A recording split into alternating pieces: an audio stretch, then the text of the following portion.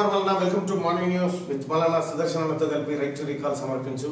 నిరుద్యోగ సోదరులారా, ఎవరైతే ప్రభుత్వ ఉద్యోగాల కోసం వెయిట్ చేస్తూ ఉన్నారో, ముఖ్యంగా డిఎస్సి టీచర్ జాబ్ల కోసం, పీఈటీ జాబ్ల కోసం ఎవరైతే వెయిట్ చేస్తూ ఉన్నారో వాళ్ళకి శుభవార్త చెప్పింది తెలంగాణ ప్రభుత్వం. గౌరవ ముఖ్యమంత్రి రేవంత్ రెడ్డి గారు నిన్న ఇదే విద్యాశాఖతో రివ్యూ నిర్వహించినటువంటి సందర్భంలో ప్రతి ఊరిలో, ప్రతి గ్రామ పంచాయతీలో ప్రభుత్వ పాఠశాల ఉండాల్సిందే, ఇది టంచన్గా అమలు చేయండి. ఉద్యోగాలకు సంబంధించినటువంటి విషయంలో టీచర్ పోస్టులు ఖాళీగా ఉండడానికి వీలు లేదని చెప్పి మెగా డిఎస్సి వేయడం కోసం రాష్ట్ర ప్రభుత్వం చర్యలు ప్రారంభించింది. ఇదే కాదు, ఏ శాఖలోనూ పనిచేస్తున్నటువంటి ప్రభుత్వ ఉద్యోగులకు మొదటి వారంలోనే జీతం వచ్చేటట్టుగా చర్యలు తీసుకోవాలని చెప్పింది. అలాగే ప్రభుత్వ ఉద్యోగులకు రావాల్సిన బెనిఫిట్స్ కానీ ఇతర అలవెన్స్ల విషయంలో కూడా నిర్లక్ష్యం చేయవద్దు. ప్రభుత్వ ఉద్యోగులు వాళ్ళు ధైర్యంగా ఉంటేనే రాష్ట్ర ప్రభుత్వం ధైర్యంగా ఉంటుందనేటువంటి నిర్ణయంతో నిన్న ముఖ్యమంత్రి రేవంత్ రెడ్డి గారు ఈ అంశం పైన రివ్యూ నిర్వహించి ఇటు నిరుద్యోగులు, అటు ప్రభుత్వ ఉద్యోగులతో పాటు స్విగ్గీ, ఎవరైతే స్విగ్గీ, జొమాటో ఈ డెలివరీ బాయ్స్ ఉన్నారో, ఈ డెలివరీ బాయ్స్ కోసం వాళ్ళకి అనుకోని ఘటనలు ఏమైనా జరిగితే, వాళ్ళు చేసే కార్యక్రమంలో భాగంగా డెలివరీ సమయంలో ఏదైనా అనుకోని ఘటన జరిగితే వాళ్ళకు 5 లక్షల రూపాయల ఉత్తర్వులు జారీ చేశారు. ఆటో ఇప్పటికే జారీ చేశారు. సో తెలంగాణ ప్రభుత్వం కేసీఆర్ పరిపాలనకు, కాంగ్రెస్ పార్టీ ప్రజా పరిపాలనకు, టీఆర్ఎస్ దొరల పరిపాలనకు ఉన్నటువంటి తేడా స్పష్టంగా కనిపిస్తూ ఉంది. దీన్ని ఏ తక్కెట్లా చేసినా కూడా తేడా ఖచ్చితంగా కనిపిస్తుంది. తెలంగాణ ప్రజలారా, లైవ్ చూస్తున్న మిత్రులారా, ప్రతి ఊర్లో వైన్ షాప్ ఉండాలని చెప్పిండు కేసీఆర్. ప్రతి ఊర్లో బెల్ట్ షాప్ ఉండాలని కేసీఆర్ చెప్తే, ప్రతి ఊర్లో ప్రభుత్వ పాఠశాల ఉండాలి, దాంట్లో టీచర్లు ఉండాలి అని చెప్పి రేవంత్ రెడ్డి గారు చెప్పిండు. నిజంగా కేసీఆర్కు తెలంగాణ రాష్ట్రంలో తాగుబోతులను తయారు చేయాలనేటువంటి ఆలోచన ఉంటే, ఇప్పుడున్నటువంటి ముఖ్యమంత్రి రేవంత్ రెడ్డి గారికి ప్రయోజకులను తయారు చేయాలి, విద్యావంతులను తయారు చేయాలి, విద్యను వాళ్ళ ఇళ్ల దగ్గరికి తీసుకుపోవాలి, వాళ్ళ గ్రామం దగ్గర తీసుకుపోవాలి. ఏదైతే విద్యార్థులు లేరనేటువంటి సాకు చూపెట్టి ప్రభుత్వ పాఠశాలలను మూసేసిరో ఆ పాఠశాలలన్నీ మళ్ళీ తెరవాలని చెప్పి ఆదేశం చేసింది.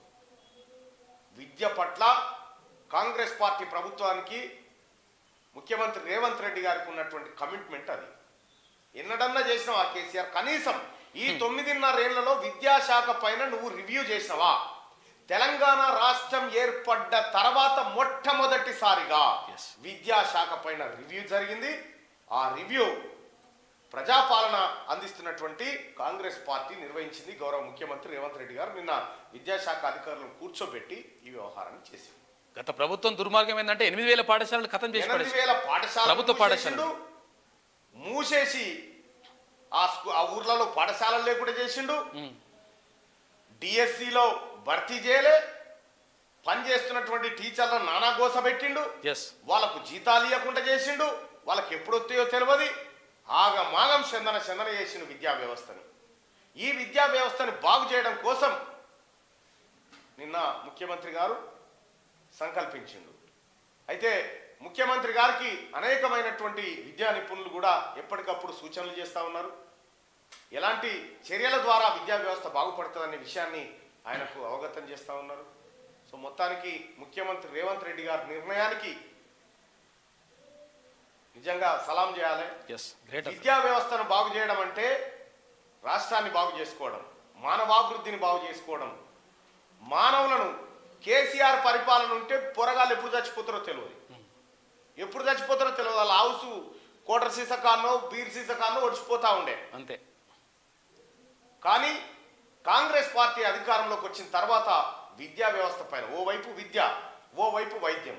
కేసీఆర్ గతంలో ఓ మాట చెప్పే, కరోనా టైం రానే ఎట్టొస్తో చూస్తా దాన్ని నరికి పారేస్తాను, 1000 కోట్లైనా సరే అని. ఏమైందా? ఏం కాలే. అదే విద్యాశాఖ మంత్రి, ఇప్పుడు విద్యాశాఖ పోర్ట్ఫోలియో ముఖ్యమంత్రి గారి దగ్గర ఉంటే ఆయన రివ్యూ చేసిండు. వైద్యారోగ్య శాఖ మంత్రి దామోదర్ రాజనరసింహ గారు కరోనా వస్తుంది అనేటువంటి ఒక ఏది మళ్ళీ కొత్త వేరియంట్ వస్తుంది అనేటువంటి ఒక ఆలోచన, ఒక చర్చ రాగానే వెంటనే ఐసోలేషన్ వార్డ్స్తో సహా ప్రత్యేక బెడ్లను రెడీగా పెట్టి ఎదుర్కోవడానికి సమాయత్తంగా ఉండాలని చెప్పి డాక్టర్లను అలర్ట్ చేసింది. ఇవి ప్రజా ప్రయోజనాలు కాంక్షించే ప్రభుత్వం గిట్లుంటది. దొంగలకు సర్ది కట్టినటువంటి గత పాలకులు ఎవరైతే ఉన్నారో విద్యాశాఖ పైన 9.5 ఏళ్ళు పరిపాలనలో ఉన్న ఏ ఒక్కరోజు కూడా రివ్యూ చేయనటువంటి నువ్వు ఇంకా విద్య గురించి మాట్లాడినా, వైద్యం గురించి మాట్లాడినా ఇక నీకు పుట్టగతులు కూడా ఉండే కేసీఆర్. ఎందుకంటే నువ్వు చేసిన విధ్వంసం అంతా ఇంత కాదు. ఏం చెప్తా ఉన్నారు చూసినరా? పొన్నం ప్రభాకర్ గారిని ఏం చెప్తా ఉన్నారు? ఈ ఆర్టీసీని గాడిన పెట్టాల్సిన అవసరం ఉంది, గత పాలకులు విధ్వంసం చేసిరనేటువంటి మాట చెప్తా ఉన్నారు.